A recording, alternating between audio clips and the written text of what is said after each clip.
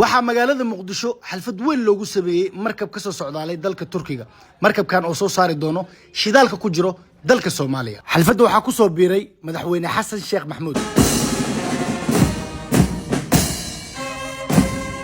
markuu salaanta qaatay kadib madaxweyne Xasan Sheekh ayaa lug ku koray markabkii dheeraa dushiisa waxaa xalfadda qayb ka ahaa ra'iisul wasaare Xamza Cabdi Barre waxaa sidoo kale goobjoog ahaa madaxweyne Qoorqoor iyo madaxweyne Lafta Gareen xalfaddii ayaa si qurux badan u bilaawatay waxaa meesha kula kulmay wasiir ku xigeenka wasaaradda caafimaadka saaxiibkayga Mastar Bulaale iyo xog hayaha agaasimaha guud ee wasaaradda batroolka sidoo kale meesha waxaan kula kulmay miisaanka culus taliyaha booliska gobolka Banaadir taliye Macalin Mahdi dhoolatuska ciidanka noocyadiisa kala duwan iyo kaalintii fanka waxaa khudbad aad u qiimo badan meesha ka soo jeediyay ra'iisul wasaaraha dalkeena mudane Xamza Cabdi Barre waxaa xalfadii quruxda badan noo soo gabagabeeyay oo khudbad aad u qiimo badan meesha ka soo jeediyay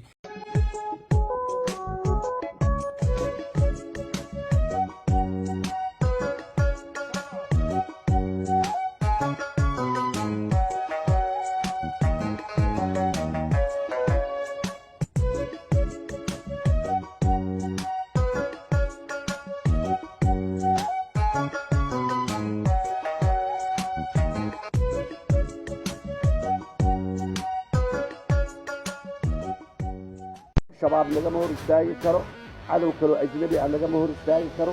هل شيء بس أيام أباهنا إن الله ما ذو وأما حي دولة وناس هي دولة رسمية أو دولة كهانة قاعدة أو صومالي أي شيء كتاعي أو أي إسلام وضعته أو أي محنكر هذا ظرفها حجر الأسود كي رسولك عليه الصلاة والسلام محنكر هذا أي دولة كويس يرقبت مرة ظرفها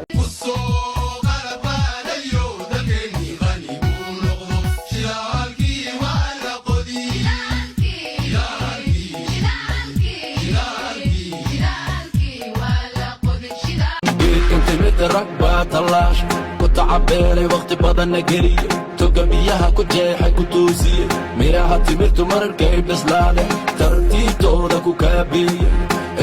تي ركتا قيبانا انت حنين بوشي انا الحمد لله قبل هنا بترول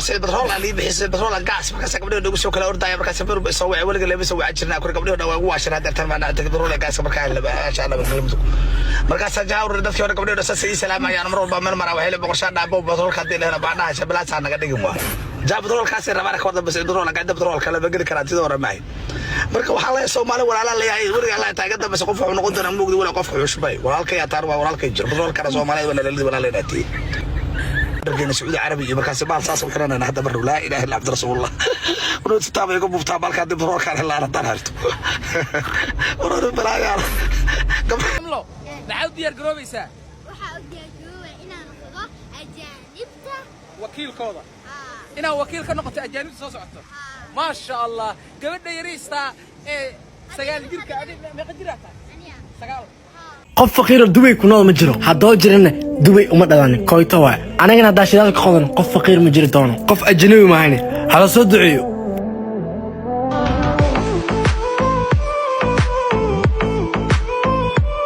heesta calanka galmudug waxaa loo bedelay galiya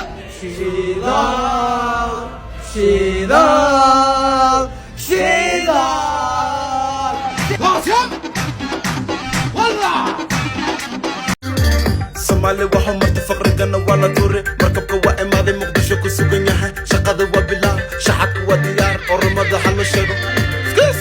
Somali waxaa marti faqriga waa la tuure shacabku waa diyaar Somali waxaa marti faqrigana waa la tuure markabka waa imaaday Muqdisho ku sugan yahay shaqada waa bilaa shacabku waa diyaar ormada hal sheego shidaalka sideedaba waaba naqaana hadaan reer galmudugna ceelka askiisa xitaa anaga naqaana